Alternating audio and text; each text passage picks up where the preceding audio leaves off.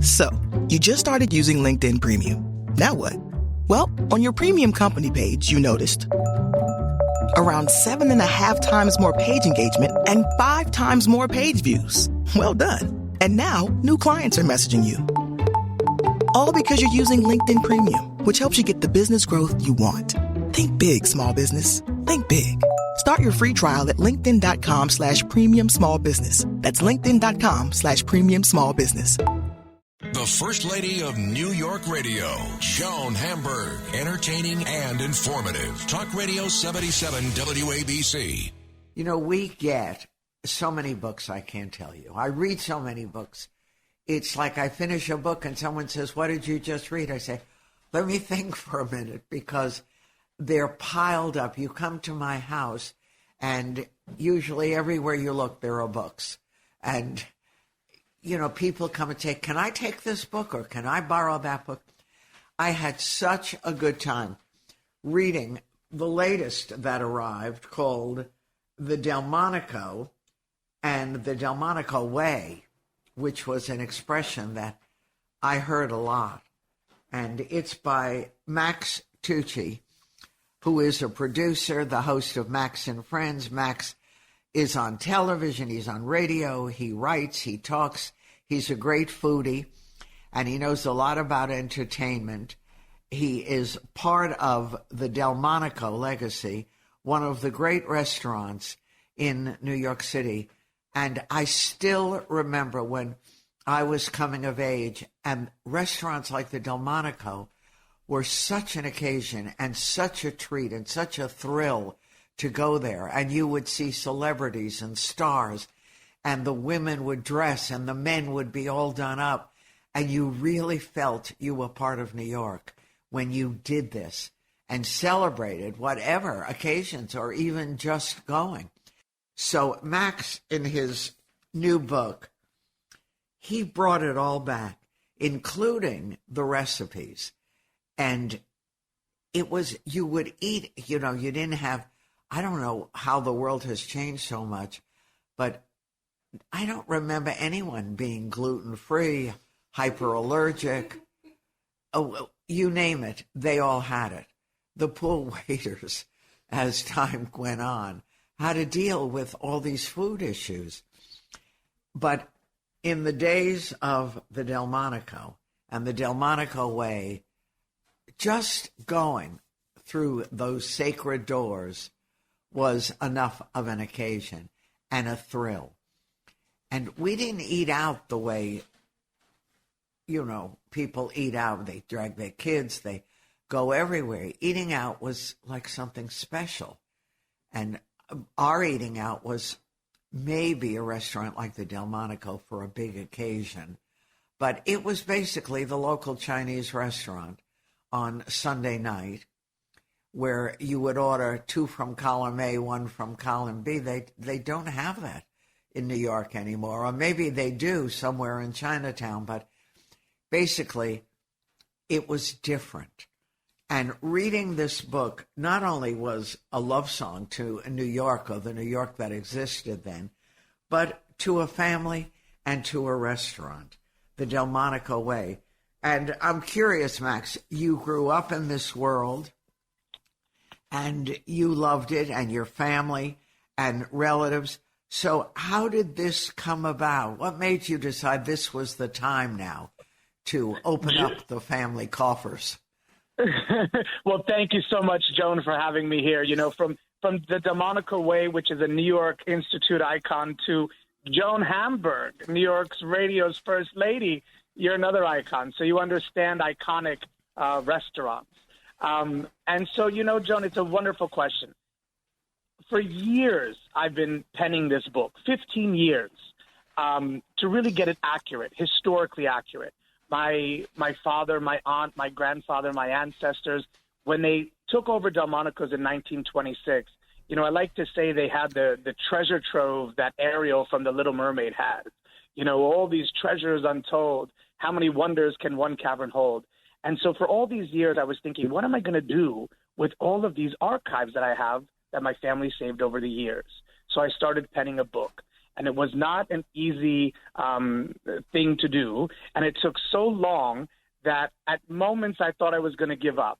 And I kept getting this push to say, Max, keep going and tell the story of the Delmonico Way, sublime entertaining and legendary recipes from the restaurant that made New York. And finally, Rizzoli, they came to the table and they said, we want to do the book.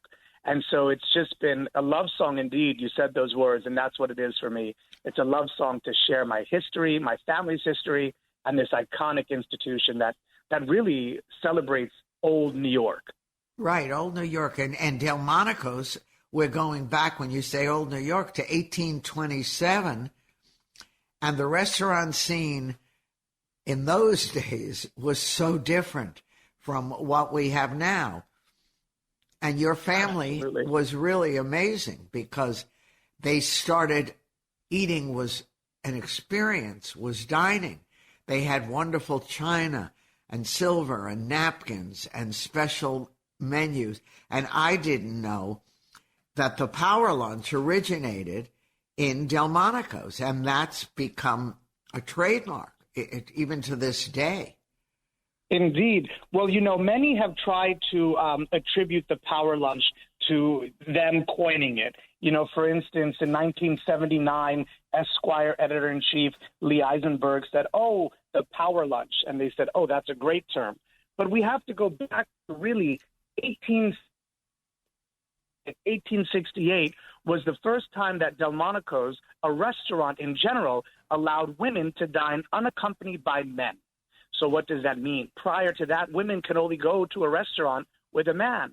And some say, Max, this is crazy. I said, well, we have to flash forward to the 1970s.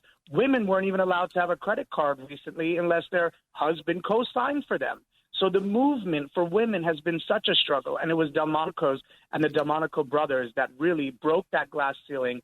And I don't want to sound antiquated by saying the word allowed, but allowed women to dine unaccompanied by men. And so it was really quite the extraordinary affair, something to be celebrated. And the Delmonico brothers were very clever. Yes, in 1827, they opened the first bake shop, a confectionery. And then by 1930, it became a restaurant. And all the way, they had such success until about the 1920s, when Prohibition set in. Right. And eventually they had to close. And then by 1926, the restaurant was empty, and my grandfather, a Tuscan immigrant from Florence, Italy, knew that building was going to be his, and he resurrected the phoenix and helped rise it from the ashes.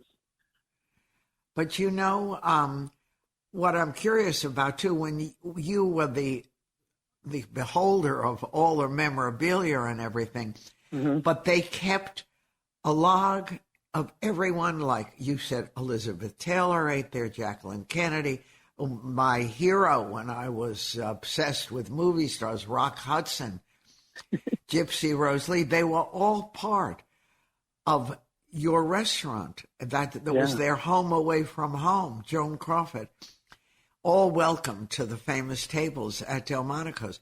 So you found all these reservations and all these lists. Exactly. So to paint the picture of the characters, my grandfather, Oscar Tucci, was the head. He, was the one that purchased the building, operated the restaurant. My Aunt Mary, who was his daughter, which we call the iron fist with the lace glove, she was the first woman to work in finances in a restaurant. And then my father, Mario Tucci, he was really the playboy of the restaurant. He brought everyone in. He had an entertainment company. He made sure that the glitz and the glamour was there, Joan. So my Aunt Mary had saved every single piece of ephemera, some of it dating back to 1800s, printed on silk menus for the royal family. But as you're saying, the lists of Gypsy Rose Lee and Babe Ruth and Virginia Graham and Debbie Reynolds and Ava Gabor, she saved the reservation books, the guest books, the photographs, the newspaper clippings, so for all these years. And then my mother naturally continued to save them for me. And so I never knew that this treasure trove was one day going to become, a book, and not only a book, but one that shares the rich history of what was Cary Grant's favorite drink. What did Marilyn Monroe eat? What did Elizabeth Taylor request when she went to Delmonico's? So to be able to celebrate old New York, old Hollywood, the Daily News did a double-page spread on the book, and they said Max Tucci recreates the era of lush luxuries. And since then, the book has become a #1 bestseller on Amazon. So we're thrilled. Well, you should be. That's a very hard task and feat. And it is fantastic. And it takes us back to a time when really eating in a good restaurant was so much a part of one's life if they could afford it. It was a fantastic introduction to the city. And your family introduced you how to do it, how every napkin has to be perfect and folded. They watched everything. They watched everything. And, it was interesting because earlier you had said the fine china and the silver. Imagine, Joan, you don't have to imagine. You went to Delmonico's, from WOR. But Delmonico's had Ginori on the table, the beautiful plates from Italy, Ginori, Cristofo sterling silver. They had Lalique baccarat ashtrays, baccarat glasses. Can you imagine? And recently I was asked that on my book tour, someone said, what happens if a glass went missing? I said, glasses never went missing because back then my Aunt Mary made sure that if a glass was missing, that the waiter, the server, would be charged for it. So they were all very cautious of what was on the table. And my job as a child growing up, we had one also in Greenwich, Connecticut.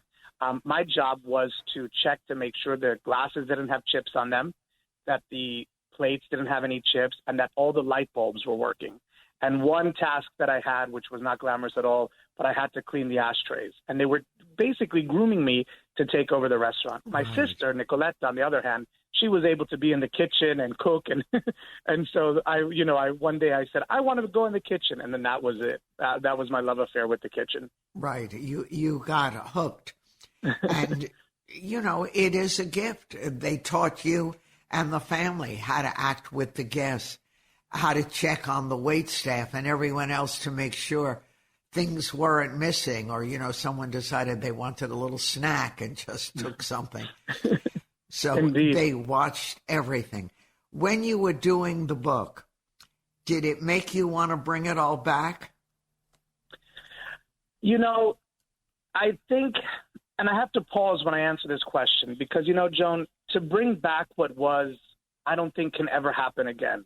Delmonico's was such a unique time during my family's, operation, because people then were different in the sense self-worth and honor. When I go through the photographs and I see women wearing diamonds by the yard and, the Cartier lighters, there was such this affluence and such this beauty of expression to dining. Gypsy Rose Lee would be in a full gown and a sable shrug. Virginia Graham would show up in a chinchilla cape. It's like, so today, I think to recreate something like Delmonico's was, for anyone, is very difficult. Now, I flirted with the idea, but do I really want to own a restaurant? Not really. It's such a business where, literally, Joan, my father died of a massive stroke because of the demands. He was constantly stressed. And with Delmonico's having such a reputation, you never knew, is Gail Green coming in? Who's coming in? Who's, going to write about the restaurant? So every day had to be perfection in the Delmonico Way. Right. Even the bar. I mean, I shouldn't say even the bar. Yeah. Your bartenders originated incredible drinks. I mean, glamorous drinks that became part of drink history. Yeah.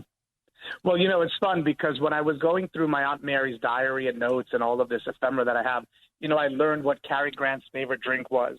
And it's so funny because the Daily News, when they wrote about it, the New York Daily News, they said, it sounds like a hangover in the glass, right? That's funny. And my father brought the Negroni to the restaurants in America. We have a house in Florence, Italy, and he was constantly at Harry's bar, and they were serving the Bellini and the Negroni. And my father said, we have to bring this to America. So when he introduced the Negroni to the bar, he did his Delmonico Way tip, which was to top it off with a vintage rosé champagne. So the Delmonico Way really, Joan, is taking everything to the next level to really have the experience. I think where dining has changed, and I said this recently and I got into a little bit of trouble, is that the celebrity chef has become the one that everyone wants to go see. Let's go see the celebrity chef. Instead, it's really about the client. And my grandfather and father always said about the client, the validation. Do you see them? Do you hear them? And do they matter? And so that in itself is a tone that I feel is missing from restaurants today, because everyone's going now to celebrate the chef instead of the chef celebrating the client. Right. Well, the chefs today have their own PR. Yeah. And that wasn't what was going on then. Now, I'm curious. Delmonico was famous for a lot of its special food dishes. How did you choose what went into this book? Well, that was a task in itself. And, over the recipes, the Epicurean, which is the Delmonico cookbook that dates back to the 1800s, has literally thousands of recipes. And so I really wanted to do touch points that were the most noted throughout the years, the century, the decades of Delmonico's. Oysters Rockefeller, baked Alaska, lobster Newburgh, the Delmonico dishes. Steak. All of these things were said to have originated at Delmonico's. My grandfather in the 1930s created the wedge salad. He had gone, their farms were in Bridgeport, Connecticut and in Staten Island, and he had the first refrigerated Cadillac that he would be able to go to these farms and bring fresh produce back. So when I was picking the recipes for the book, yes, I wanted to have the staples and the classics, but I also wanted to go through like salmon aspic. No one makes aspic anymore. And so how do I create an aspic where I don't know how to create aspic? So that's when I called on celebrity chef friends like Andrew Zimmern, who he gave me his grandmother's salmon tomato aspic. Carla Hall gave me her delicious cheesecake, because cheesecake was one of the number one items sold at the lunches. We did over 1,000 lunches a day downtown. And then, of course, the baked Alaska was Letty Alvarez. And so really I have chefs from all over the world contribute their take also on Delmonico classics. And what your family did, they didn't allow paparazzi in, so that famous clients, even though they loved getting press, but they loved getting it in a certain way. They didn't want to be harassed or worry about every time they lifted a spoon that someone was going to be taking a picture or writing about them. And he was way ahead of his time when it came to that. The guests came first, and he protected them. He did. My grandfather was known for saying, all are welcome at my table. And when he said all, he meant everyone, including Kristen Jorgensen and Lena Horne, where at times women like Lena Horne and Kristen Jorgensen weren't allowed into restaurants. And my grandfather welcomed everyone. And the no paparazzi rule, I love you for saying that, Joan, because it's something that was so important to Oscar, because he wanted celebrities to feel safe in the restaurant. If they wanted their pictures, they would go to the 21 Club, they would go to Stork Club, they would go to Copacabana. They knew that they were there, for the scene. But Oscar wanted a place where they could come and retreat to. That's why Rock Hudson would come there. He would go by all the paparazzi outside and the screaming fans when they heard that he was coming, and he would retreat to a quiet booth. So celebrities, it was interesting because they would dress, yes, for the occasion, but they also had this intimate in the sense it was a huge, 70,000 square feet was the full operation, but intimate in the sense where they knew they had a place that they could go where they could not be harassed or bothered by the camera. And so the pictures that we have of celebrities are very few, but they're so beautiful because you can capture those moments of Ava Gabor and red buttons enjoying dinner at Delmonico's, but on very rare occasions when, if there was an event, a photographer was allowed in.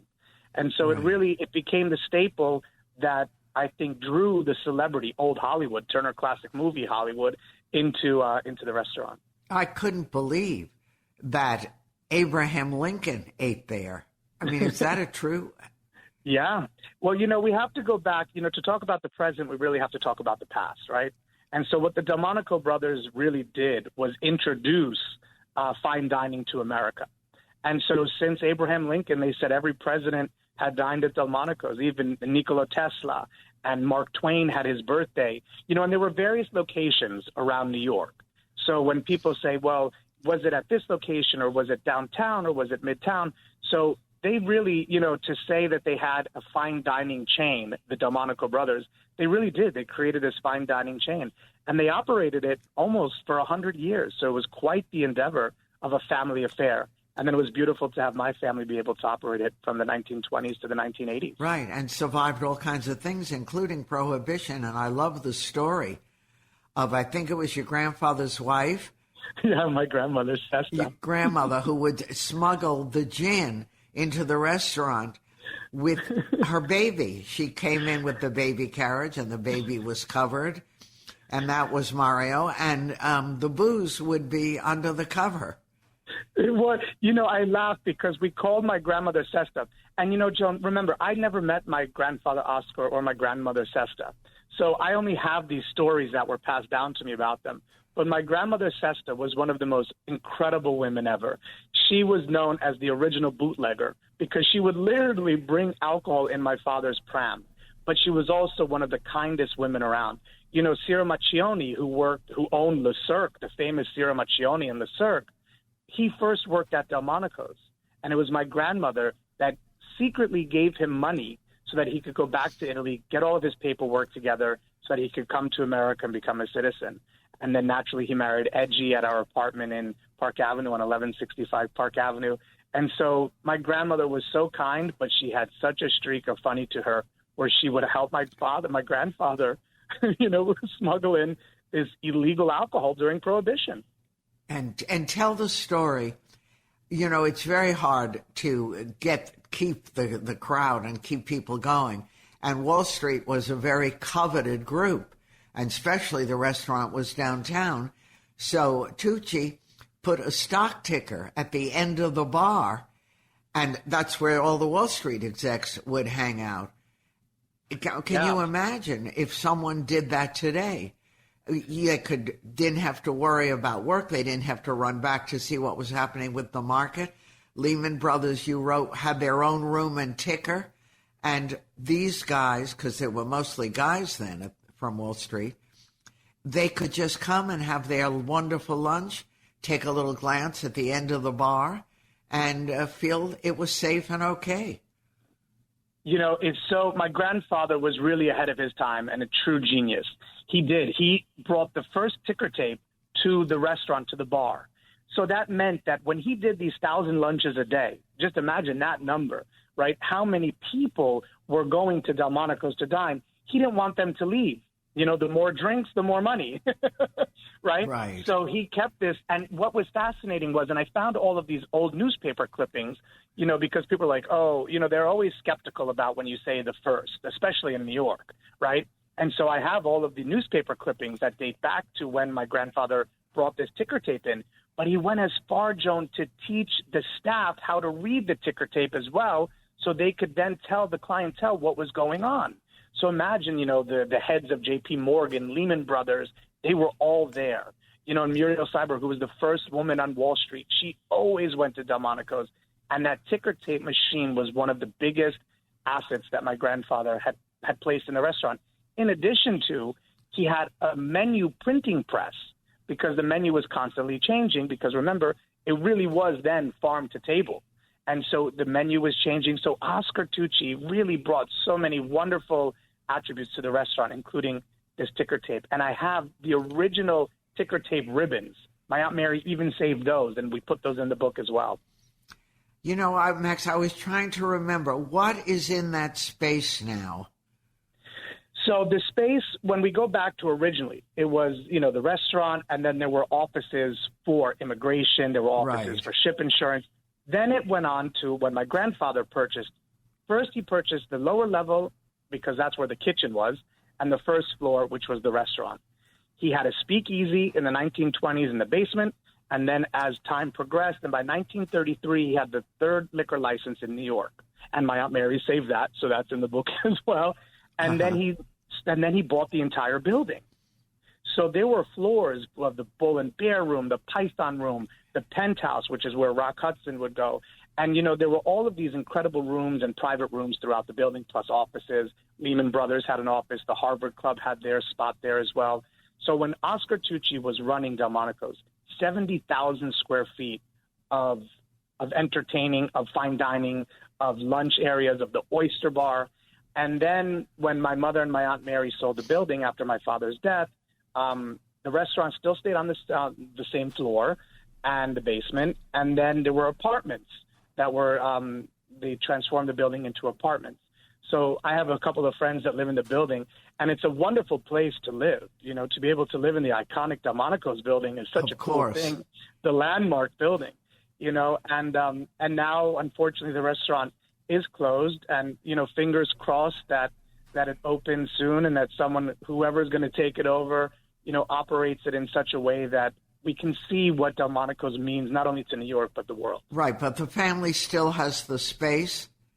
No, we sold the space, and that was kind of like a bittersweet moment, for my mother and my aunt. But when my father died, my aunt was in the industry for 40-plus years, and she was tired. And my mother was actually in the fashion industry. She opened Jaeger on Madison Avenue. She opened the Roberto Di Camerino store with Onassis in Olympic Tower. She was the vice president of Maximilian Furs.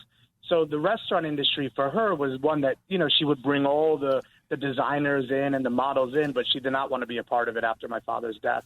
So we closed New York, and then we had Greenwich, Connecticut also, and we closed Greenwich, Connecticut, and that was really, for my mother, I think one of the hardest moments of her time, because her husband had just passed, and she had called Tony May from San Domenico, New York, and he had the Rainbow Room. He used to work for Delmonico's. That was his first job.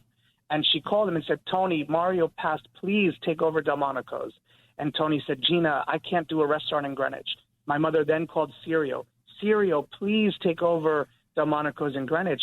And Sirio said, with Le Cirque, I don't know if I can. And so today, when I spoke to Tony before he passed, he said, I wished I had taken over Delmonico's in Greenwich, because today Greenwich, Connecticut is such a capital for food, with some of the best chefs in the world. Right, and good, wonderful restaurants. Yeah. Well, you never know. The future could be very bright. And next time I go out and people order Eggs Benedict, I'm going to remind them that this dish was invented at Delmonico's. Who knew that? And people still cherish it today. And when I make salad, I'm going to remember no warm plate. Even the forks and knives have to be chilled. Yes. There are a lot of good life lessons there. You did a great job. It was so much fun to read. And it was a trip through old New York. Thank you. What could be still. What could be still, indeed. And, Joan, I love that you said that the chilled plates and forks and knives, because that's the Delmonico way. That's really the essence. My grandfather always said, how can you serve a cold salad on a warm plate? It's right? Yeah. And so really to bring all of that to these pages, and the Eggs Benedict, Tara Cox is a dear friend of mine. We call her the yolk queen. Yeah. She did this recipe. So you can bring the Delmonico way into your home, and you can make all of these recipes Valentine's Day. Stay home this year and cook. Have a romantic affair at home. They sound good. And make Cherry's Jubilee dishes that a lot of us grew up with, on special occasions. It wasn't exactly the Jell-O dessert. Right. But it's all there, and it is a fun trip. Thank you so much. I look forward to it. The Delmonico Way by Max Tucci. Enjoy. We'll talk again.